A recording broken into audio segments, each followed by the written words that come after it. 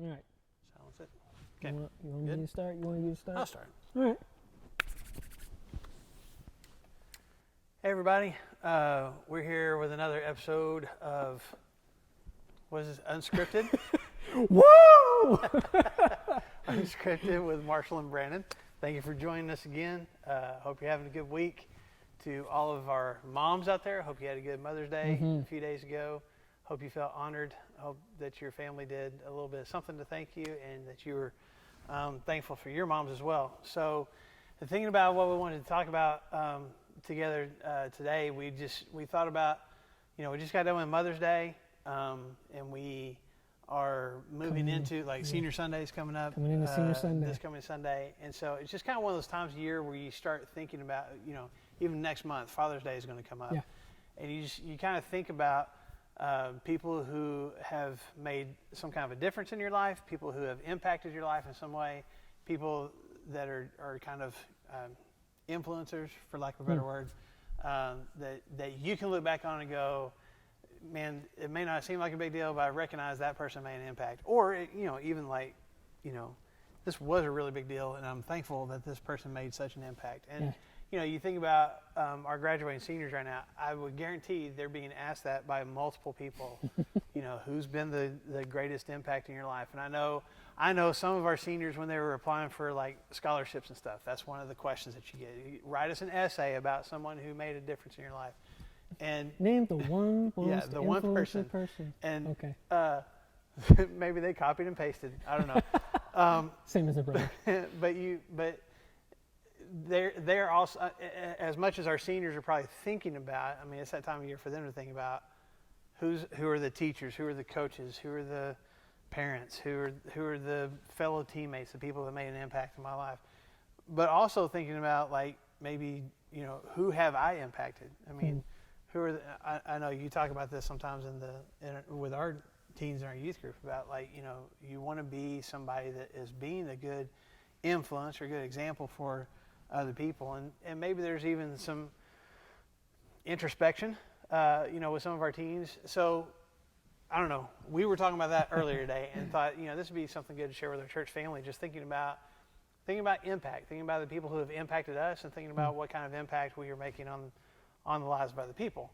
Isn't it interesting though? I mean, especially with Mother's Day, Father's Day, graduation, that in our culture there's these instilled times when we think about those particular people. Not just saying moms and dads, but think about somebody that's poured into you, somebody that sacrificed a lot. Like we think about that with Veterans Day, or with even 9/11 or something. You think, okay, this is a moment when I can think about what's been done for me. And it's just cool that we have that in our society.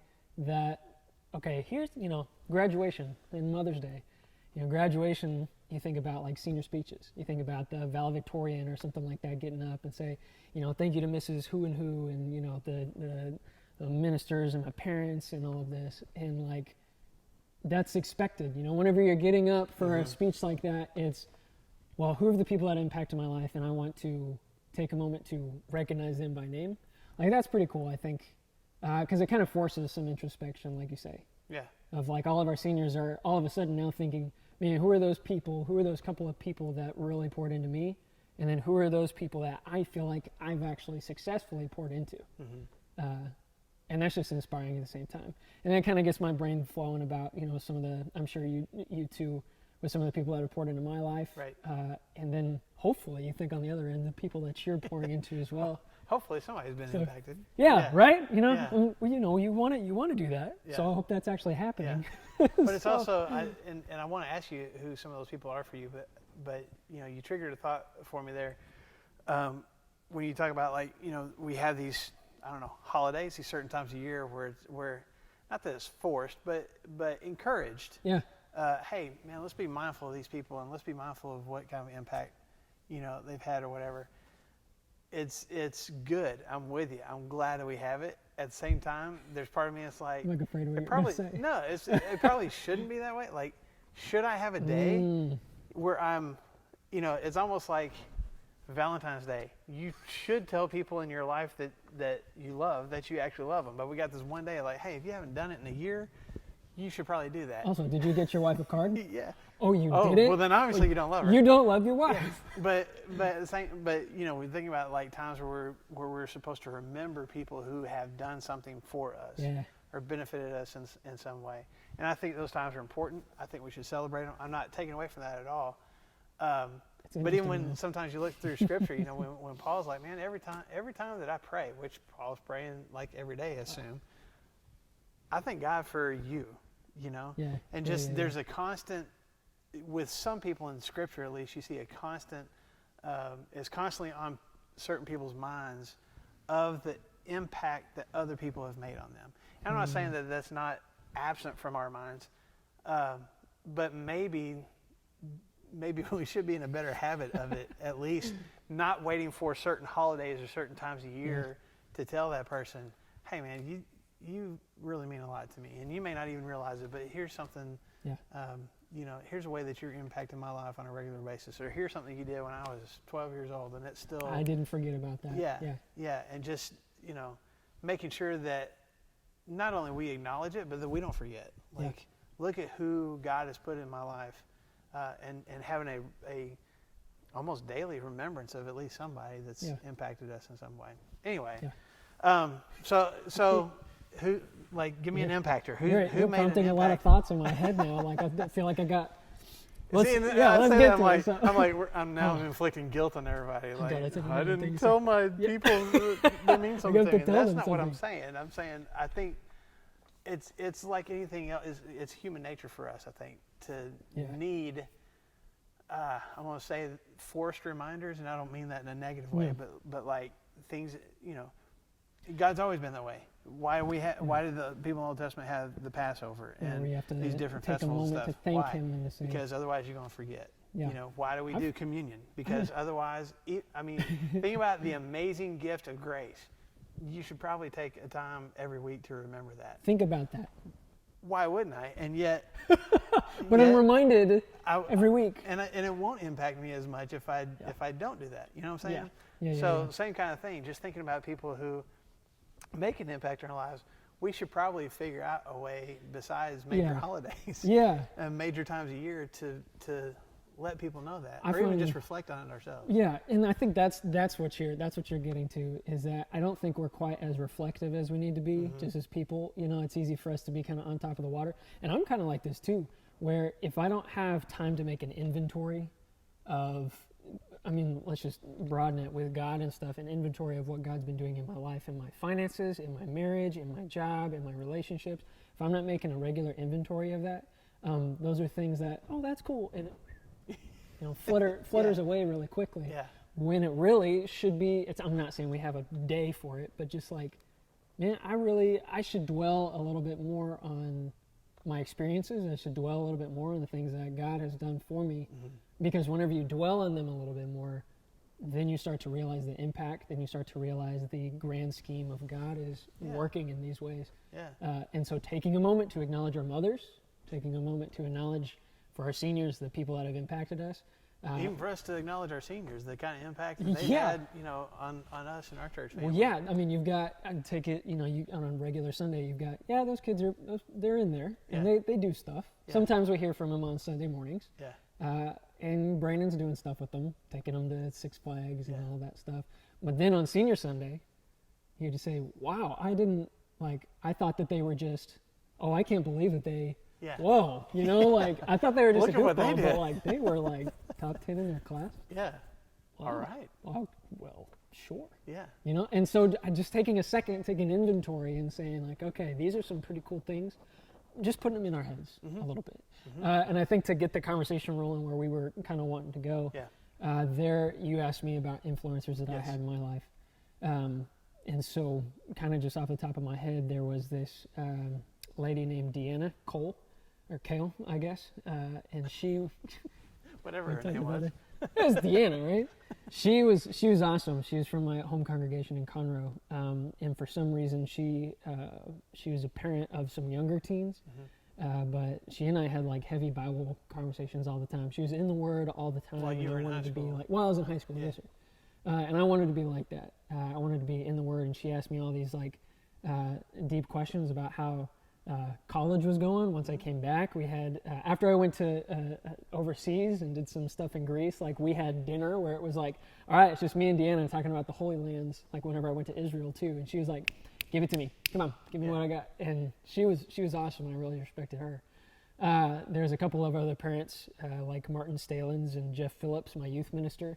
The first time that I saw my youth minister, I was like, man, this is a giant, hulking, used to be football player that can crush me. But he was awesome. Like, he was like, I wanted to be like him.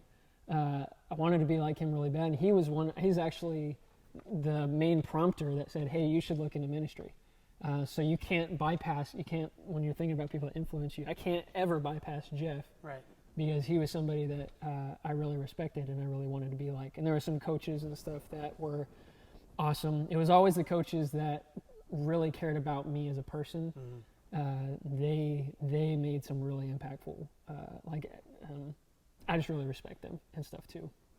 So, not like you guys know any of those people, but they're the people that if I was writing the reason I am the way that I am today is large in part because of these people. It would be those. Yeah. And let's just not count, my parents who were awesome. Right. Okay, they were obviously big influences and stuff too.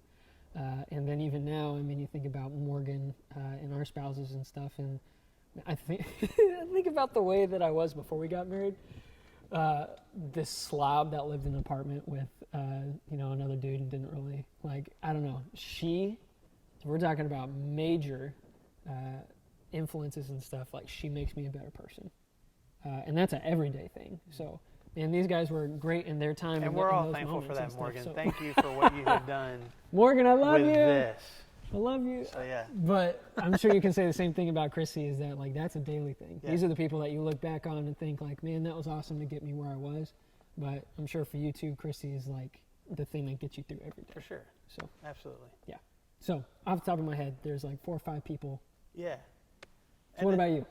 Well, you interrupted my question I was going to ask. So, I'm probably like you, where if you started thinking about this, then you're like, man, I'm going to leave somebody out, and then anyway, off the top of my head, totally off the top. This is unscripted, right? Off the top of my head, I can think of. Make sure you include that one person. Yeah, yeah, that's right. There's different coaches.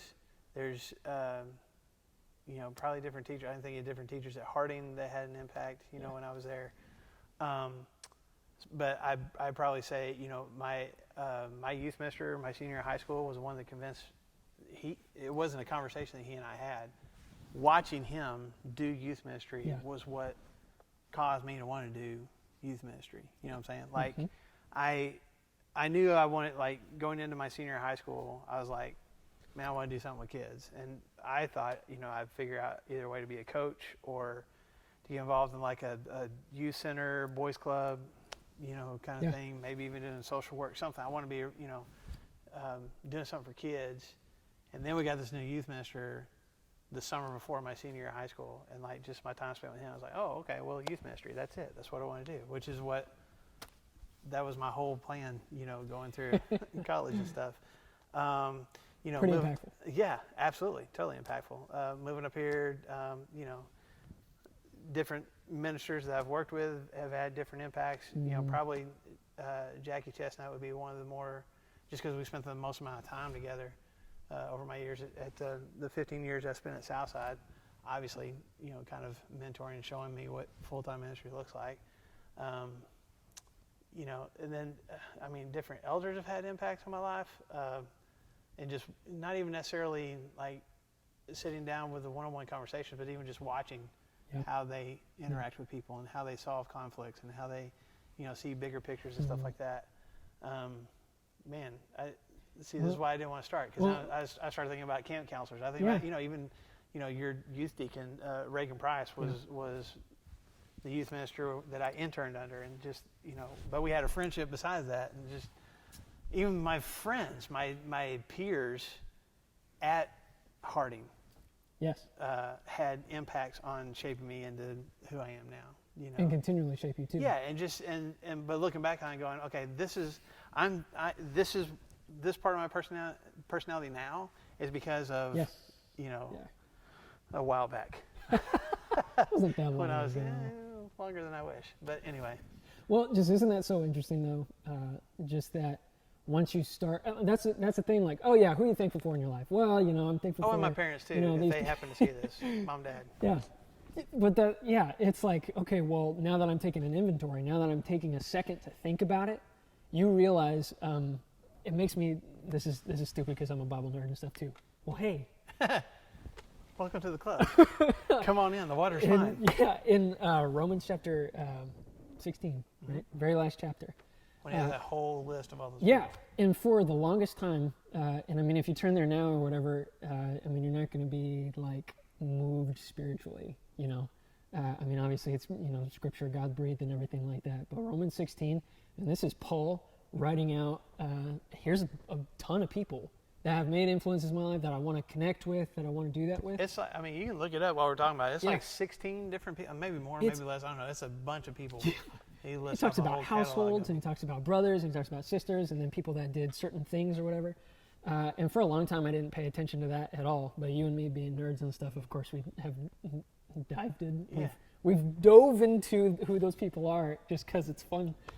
But you think about, like, that's kind of Paul's time, at least in his letter to the Romans, to say, like, hey, I'm going to take a moment.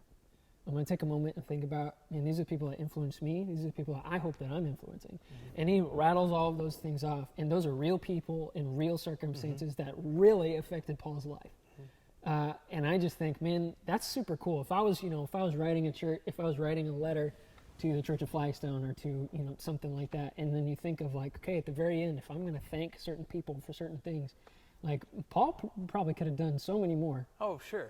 To this church in Rome. And he didn't even know a ton of the people there personally. Yeah. And yet, here he is writing all these amazing things. Well, because he had never been there before. Yeah. But he's heard, these people I hear are there. Yeah. And somewhere in the past, here's where our paths have crossed, and here's why it mattered. Yeah. So make sure you say hi to them for me because of that impact. And that's it. Yeah. And so I guess if we're just thinking about this conversation of influencers or impactful people and everything, just really taking a second to write those people down, to dwell on those people. Okay, if it's your mom, if you're thankful for your mom, why? Like, what specifically are the really good things that you appreciate about your mom? If you're a senior, what specifically, who do you think made such an impact in your life, and why? And have you let them know that too? Because that's really important too, of like, yeah, I appreciate you, but moms know that they're loved in their core, but man, whenever you tell them, they're like, man, I appreciate you because of this, and have a specific moment, that's so much more impactful. Sure. For me, being complimented and stuff, be like, hey, you're doing a good job, kid. Thanks, I appreciate it. Yeah. Hey, that thing that you said just then, or the way that you did that was really professional, and I really appreciate that. Wow, like that's a big deal. Yeah. But influencers. Yeah. I don't know. Just whenever I think about that, there's just a bunch of biblical examples too, and we don't have to get muddled down in a bunch of those as well. But as you and I were having this conversation, it popped into my head too. Maybe because I did a Mother's Day sermon like 2 years ago for Flagstone. So, yeah, that was my first Mother's Day one. Yeah. So. Well done. Thank you, Marshall. I appreciate that specific moment that you pointed back. But it made me think about in 2 Timothy chapter 1, you've got this guy named Timothy. And Paul talks about him like he would talk to his son. Right. He even calls him his son sometimes. Yeah. He says, my dear son in the faith, Timothy. And he calls him that. And that's probably because Paul has made such an impact in Timothy's life that they have this relationship to where it's almost like a father-son relationship, especially when it comes to spiritual matters. Of, here's the daily life and stuff, but man, who's the person I'm going to go to talk about spiritual stuff? It's going to be Paul. Yeah. And maybe the same thing for Timothy. I was going to say, but it's vice versa, because I'm sorry I'm interrupting, but just kind of a little bit of context of this whole letter. Is Paul's in prison, probably for the second time. We don't know for sure, but this may be the last letter that he ever wrote. And he's even writing to Timothy going, I don't know how much longer I'm going to be here. And he even says at the end of the letter, get here quickly. Yeah. Because I may not be here by the time you get here, but I want to see you. And so going back to what you were talking about a minute ago with their relationship, I mean, obviously Timothy would be, not in awe or enamored, but just this respect and this close connection, and this love for a mentor is somewhat reciprocal. Of all the people that Paul could have written a letter to while he's in this prison cell, and maybe he wrote some other people, but he's got this one to Timothy, and it's raw, and it's, hey man, I've done. I'm writing this fast because I'm trying to tell you everything that I would want to tell you. He could have picked anybody from that whole list in Romans chapter 16 that you just talked about. He could have picked Peter. He could have picked all these different people. He picked Timothy. That's who I want to talk to. That's who, like it's a reciprocal relationship. It's not just I'm always feeding Timothy. There's something that Timothy gave back to Paul that we may never get any, worded. Like it's not necessarily described for us in Scripture, but you can see it and you can sense it, especially in this letter. Yeah. So go ahead. I interrupted your thought. I mean, that's just the thing too, is that whenever you think about people that have influenced you, I mean, it's really important to think about the reciprocal relationship that is there of like, and that's what, Timothy and Paul definitely had. And Paul comes right out the gate in 2 Timothy, and he, says, "Hey, what's up? It's Paul. Greetings, mercy, grace." Your typical letter format from back in the day or whatever. Right. And then he starts. I need to go ahead and turn there. But then he's gets really personal really fast, because this is a personal letter to Timothy. And he says in verse 2, he's to Timothy, my beloved child. Oh, that's beautiful. And he says in verse 3, man, I thank God whom I serve. I do that as I remember you constantly in my prayers day and night. So this is somebody that he's, like you said, feeding into his relationship and stuff. He's praying constantly for Timothy. And I bet you Timothy is doing the same thing, reciprocating. For sure. And skipping down to verse 4, this is very fatherly. As I remember your tears, this tearful goodbye that they may have had, or just in times of frustration, the tears, I remember those things, and I long to see you, that I can be filled with joy. Once I see you, I'm going to be filled again. Yeah.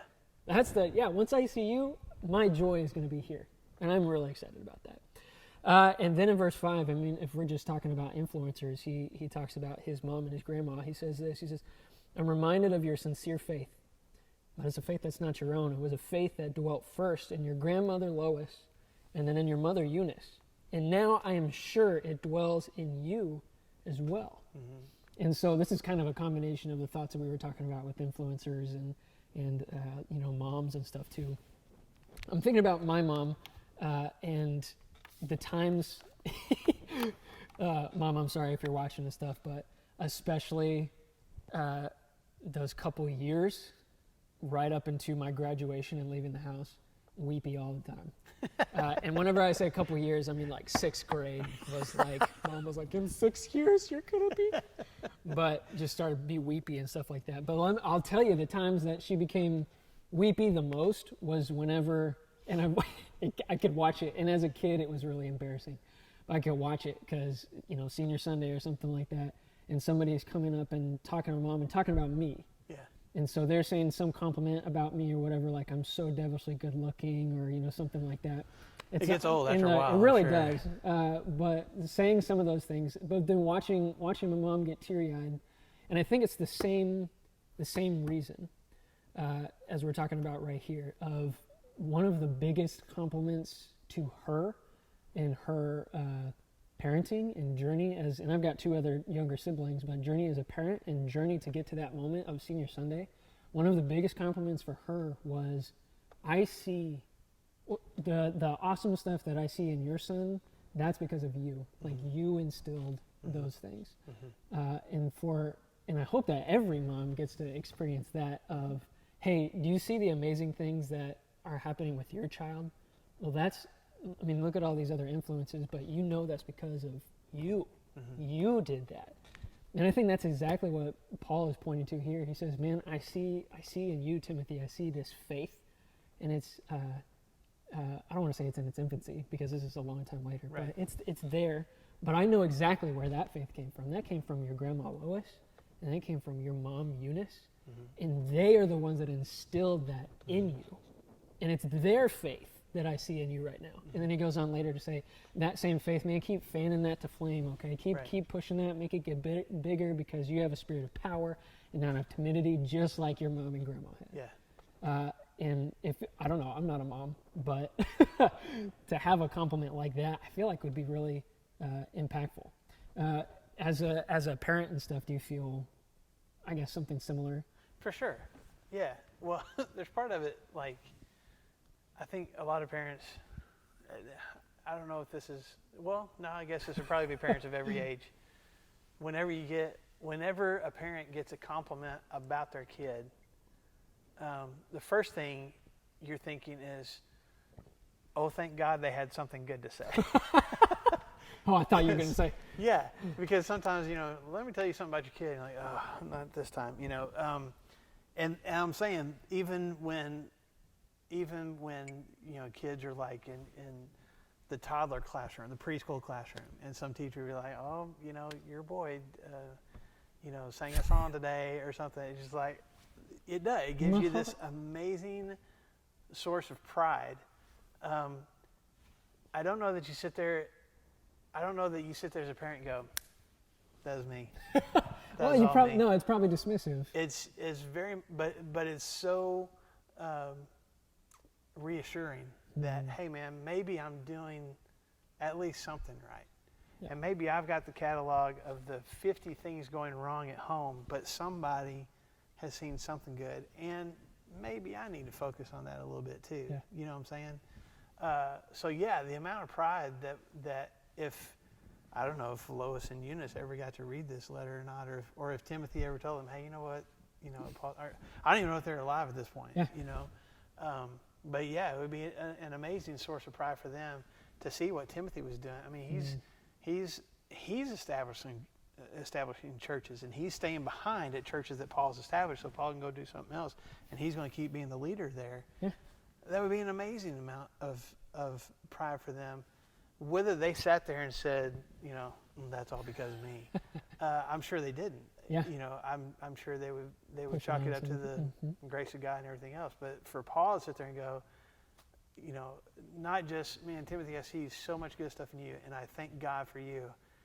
But for him to go, and I know where that comes from. I see the impact that other people have had on you and how you're using that impact, to be a blessing to others. It'd be huge. It'd be huge to experience that as a parent. Yeah. So, and even if it's not verbalized, just to even see that. And, like I said, I don't know. I can't. Yeah. But I just imagine, you see your kid and you see your kid being successful. And not maybe not successful by worldly standards or something like that, but your kid being good or being a good person, being a Christ follower. And I don't know. I just feel like you'd be like, wow. And you probably wouldn't even think that about yourself, but there's a little bit of pride of just like, I made that. Just like, it's something stuck. I don't know, something, whatever it was, it stuck, and here it is. And I just think that'd be a really cool compliment. And I hope that Eunice and Lois got to hear that. For sure.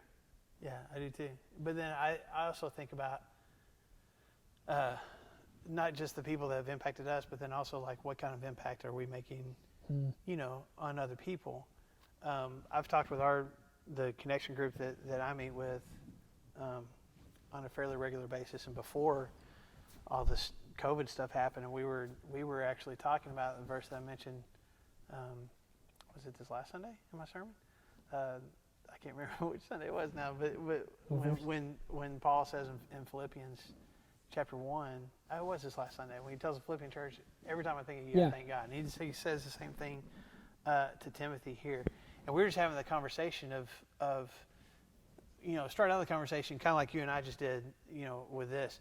Who are the people that you would thank God for? Every time I think of this person, I thank God that he put that person in my life.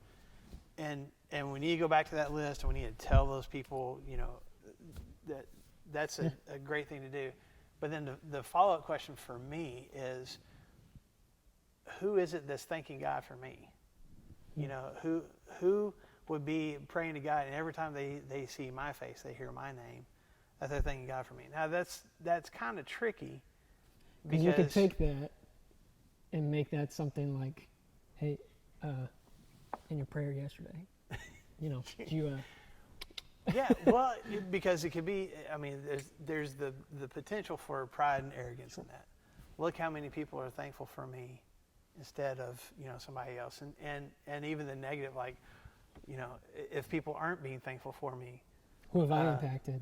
Who thinks you start thinking bad about yourself, which is still a pride issue, kind of on the other end of the spectrum, but it's still like I'm struggling with my own ego and stuff. Mm-hmm. So I don't know that needs to be the motivation, like how many people would be thankful for me or why should they be, but just in a general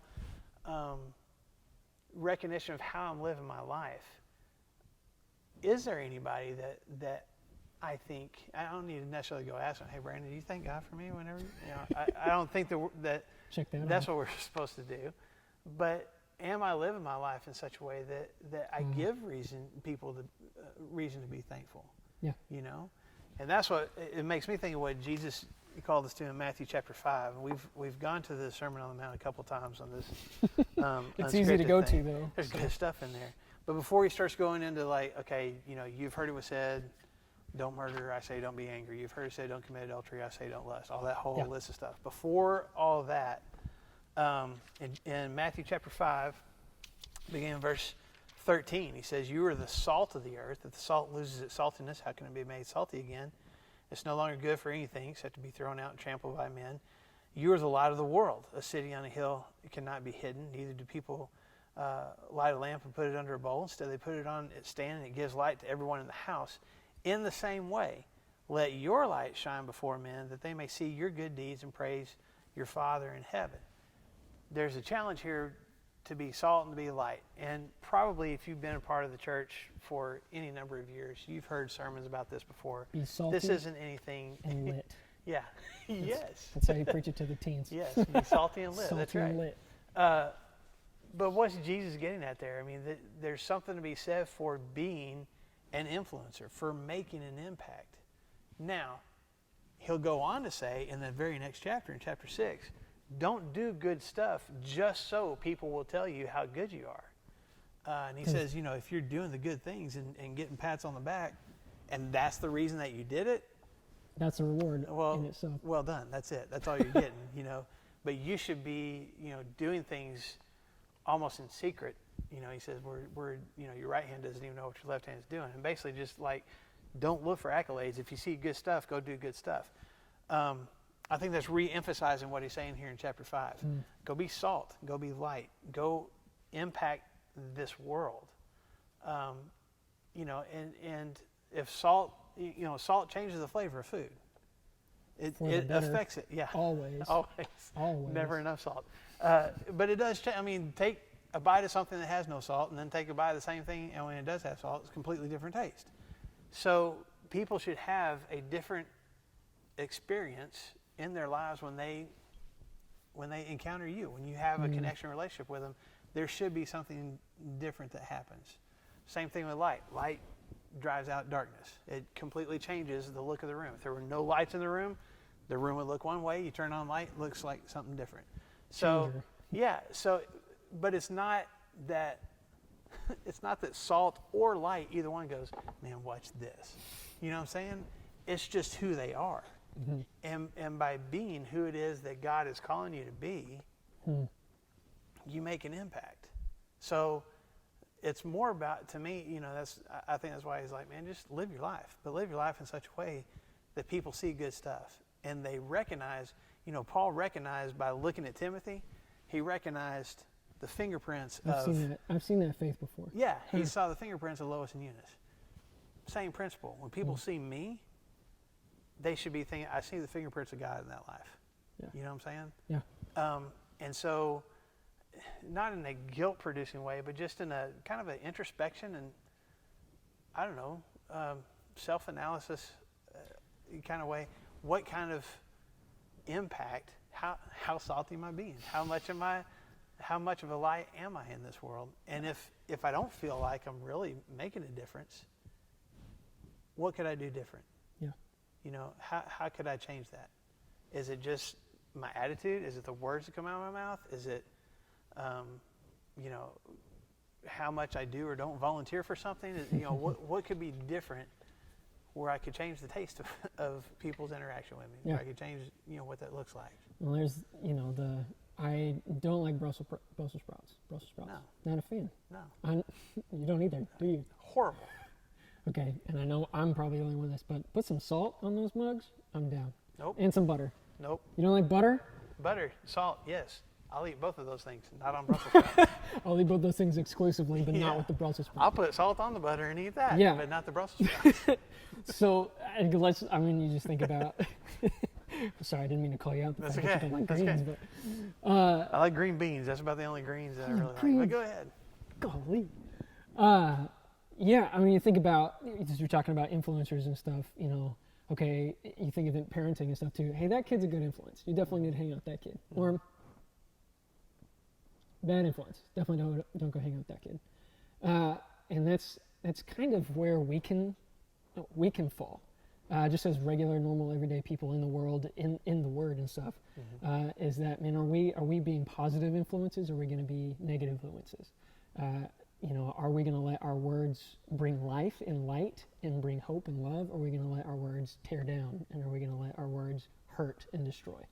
And that's just, you know, one example. There's so many things of, okay, am I going to be a good influence, or am I going to be a bad influence? And I think talking about inventory and stuff too, is you just think honestly about what your coworkers would say about you. Okay, just, you know, with no filter. Okay, what do you think about Brandon? Well, I'll tell you exactly what I think about Brandon. You would hope that people say good things. I mean, he's a Jesus follower. You know, that he really does practice what he preaches and stuff like that. But then you can look and say, okay, well, they also might say this. Now we're not trying to be, not trying to be liked by everybody, because that's poisonal in itself and stuff too.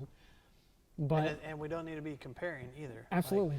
I'm a bigger influencer than you are. Let's just we're talking call about a spade a spade. I influencer. mean, it's, you know, that is completely dangerous as well. Yeah. So you don't want to do that. But I mean, I think Jesus would definitely be down for, like, hey, are you being salt and light? Are you really bringing about good taste in people's mouths?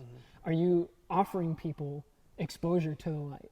Are you bringing people closer to me? Are you walking the way Jesus did? Are you talking the way Jesus did? Are you offering life and hope the way Jesus did? And that's difficult for me. So if you feel like, you know, I don't know where you know I am with those things, and I've got teens a lot of times too.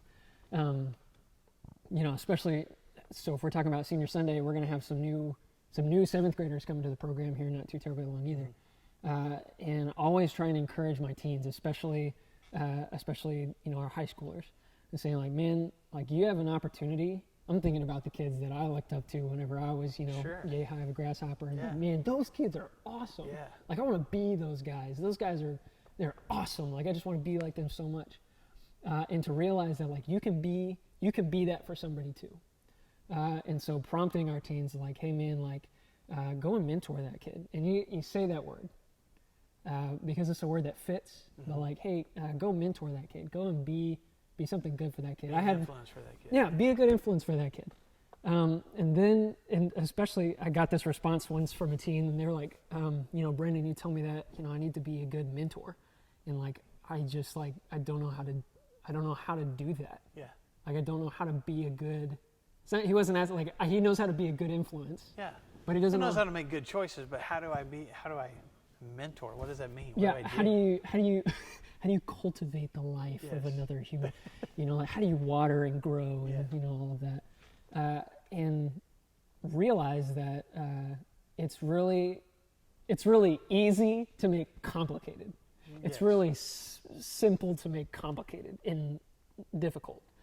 And as I was having a conversation with that kid, being like, man, like, this is literally you just loving on that kid. This is you going out and, like, man, you know, I'm gonna take you out to lunch. I'm gonna bring you to church. I'm gonna sit next to you in youth group, and not out of a obligation, but out of, like, a, man, like, you're cool. Like, I want to hang out with you. And the cool thing about that too is that if you think about those kids that you looked up to whenever you were a kid, like, man, they're awesome. Like, that's how those little kids are thinking about them. Right. And it's hard for them to get that. Yeah. Of, like, this kid, like, thinks you're the bee's knees. Yeah. And is going to emulate what you were doing So be really careful about what you do. Yeah. But to your point, don't overthink it. Go be who you're supposed to be. Yeah. But go be that person around somebody else. Yeah. And which again, when Jesus says, go be salt, go be light, then the next 3 chapters are, here's what that looks like. Don't lose your temper. Control your thoughts, control your tongue, keep your word, love people, go serve when you get the opportunity to serve. Spend time in prayer. But in all that, do that engaged with other people. Again, not with the motivation being, man, I want people to just sing my praises, but just because that's who you are. That's who God is shaping you into. We're all called to be influencers. Are some of us more extroverted and have, I guess, more of the leadership skills and different things like that? Sure. But all of us have the ability and the challenge, I think, to go influence somebody else, to go impact this world, even if it's just one person at a time. I'm going to go connect with this person, and through our interactions, I'm going to show them Jesus. And that's what we're really called to. Yeah. And I know we're running out of time, so we're going to wrap it up. But I think a lot of times it's easy for me to think, I got to change this kid's life. Mm-hmm. I got to do, whatever it is. He's going to have this life-changing retreat. I'm going to say this huge, impactful thing, and it's just going to blow his little brains out. But it's not like that at all, which is so funny. Yeah. It's so funny because even some of the, I've been here for 4 years next month. Mm-hmm. But then some of those kiddos that were younger that are now, older and stuff like that, they told me, hey man, and it happens ever so often or whatever, but hey man, whenever we had this one lesson about that, or whenever we were in our car and we were having this conversation, and they're not saying hey, that was impactful to me, I remember that, but dang, you remember that? Yeah. I don't remember that. Yeah. But it's because I'm not going to say you're not trying. You can be an influencer a lot easier than you think. Mm-hmm. And it's not the big things, man. And this is, hey, how are you doing today? Yeah. I care enough to actually say something. It's engagement. It's time invested. It's effort invested. Yeah. Without consciously thinking, I'm going to now. I am in the influencer mode. Yes. How are you, child? Let me tell you about a scripture I read today. Let me mentor you. Yes.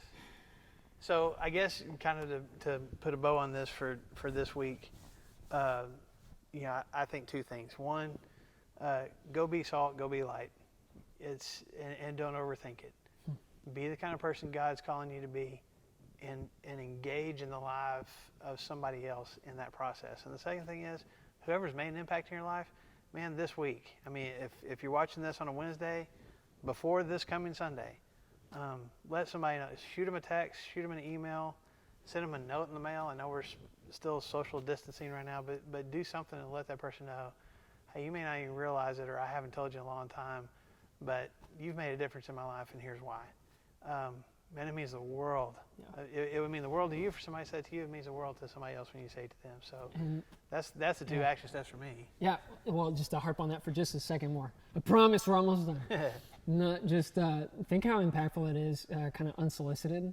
I know if you and I are having a conversation here and stuff too, and then you compliment me, well, then I hit you with another compliment because we're complimenting each other right now.